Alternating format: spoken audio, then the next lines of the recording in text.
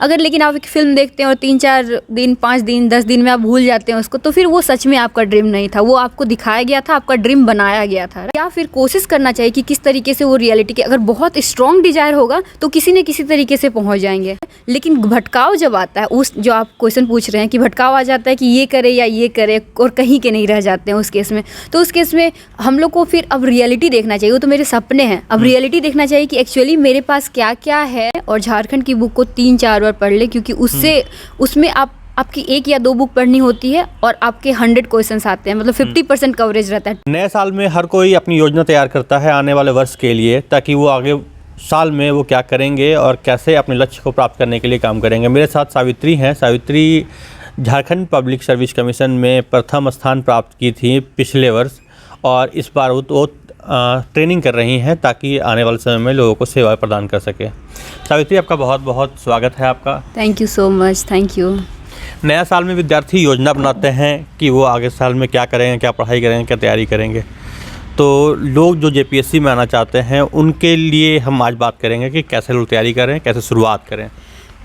JPSC सुनने में आ रहा है कि नोटिफिकेशन जल्दी ही जारी करेगा और सीट्स भी इस बार थोड़े अच्छे रहेंगे। आई थिंक 500 के आसपास ऐसा सुनने में आ रहा है। कुछ ऑफिशियल तो अभी नहीं हुआ है, बट अगर ऐसा सब कुछ जो भी न्यूज़ में जो भी चल रहा है वो अगर सही है तो फिर टाइम नहीं है स्टूडेंट्स के पास।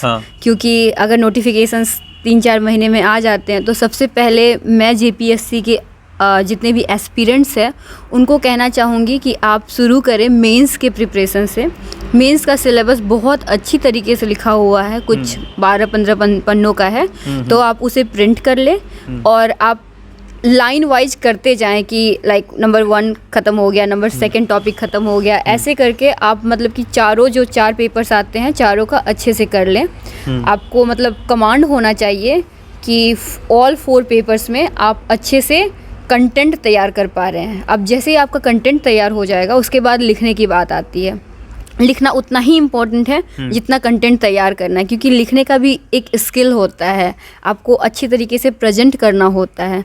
तो उस केस में मैं सारे एस्पिरेंट्स को ये कहना चाहूँगी कि जैसे ही आपका कंटेंट तैयार होते जाता है आप 1-2 क्वेश्चंस प्रीवियस ईयर के उठा ले। अभी तक 2 टेस्ट हो चुके हैं नए पैटर्न में और आपको मार्केट में भी बहुत सारे ऐसे मिल जाते हैं क्वेश्चंस, तो आप उनको उठा लें और लिखने की कोशिश करें कि मैं लिख पा रही हूँ या रहा हूँ या नहीं।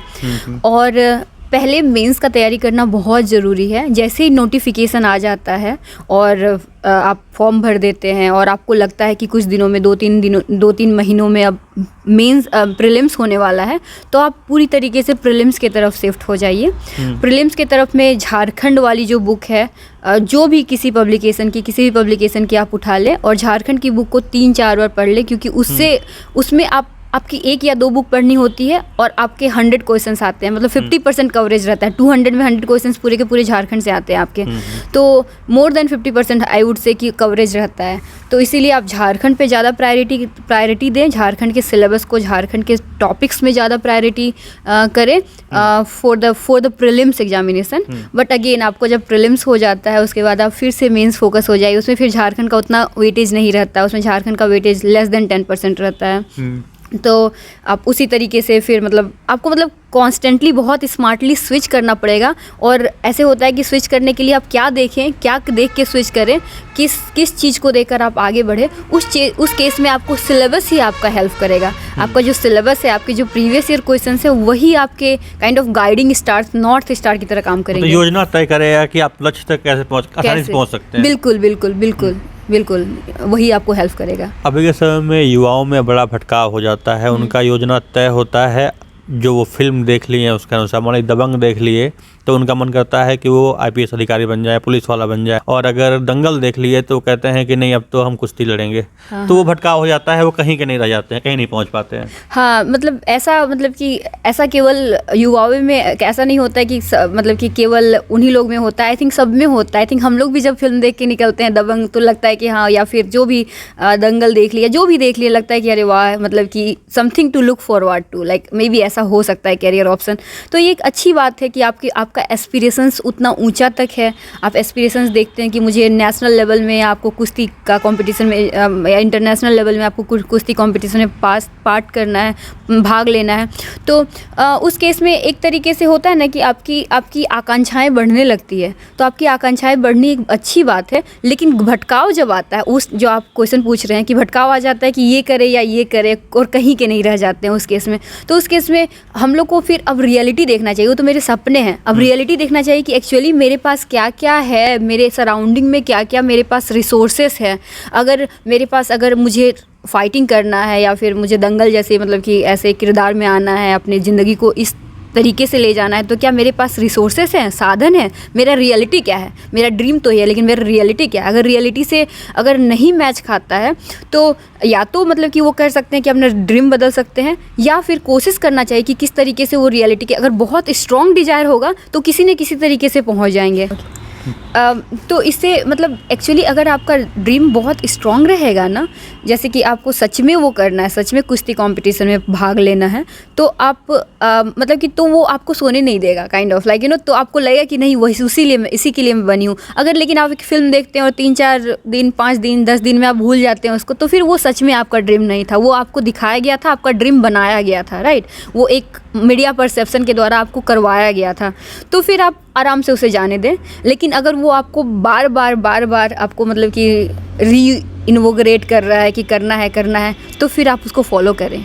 आपके अंदर ऐसा क्या हुआ था कि आप जेपीएससी चुन लिए और उसकी तैयारी करने लगे और टॉप भी ले आए?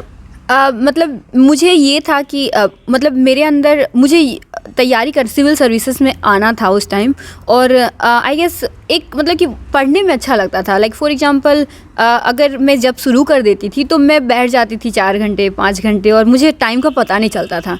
तो मतलब लगता था कि हाँ मैं पढ़ सकती हूँ, मतलब आप पढ़ने के लिए मतलब आपको मतलब इफ़र्ट नहीं लग रहा है, वो बहुत ज़्यादा इफ़र्ट नहीं लग रहा है। कभी कभी तो आपको ऑफकोर्स सब चीज़ें बोरियत होती है और कभी कभी लगता है बिल्कुल नहीं मन करता है, लेकिन जब आप बैठ जाते हो, जब आप शुरू कर देते हो, एक्टिवेशन एनर्जी आपकी लग जाती है, तो ऑटोमेटिकली लाइक ऑटो मोड में आप चले जाते हो। फिर आप पढ़ते हो, एक टॉपिक कंप्लीट कर लेते हो, दूसरी टॉपिक कंप्लीट कर लेते हो, तीसरी टॉपिक कंप्लीट कर लेते हो और आपको पता नहीं चलता है। तो वो चीज़ जैसे मैं मैथ कभी बनाती थी, मैं मैथ चुनी, जब मैथ बनाती थी तो रात के 2 बज जाते थे, पता नहीं चलता था।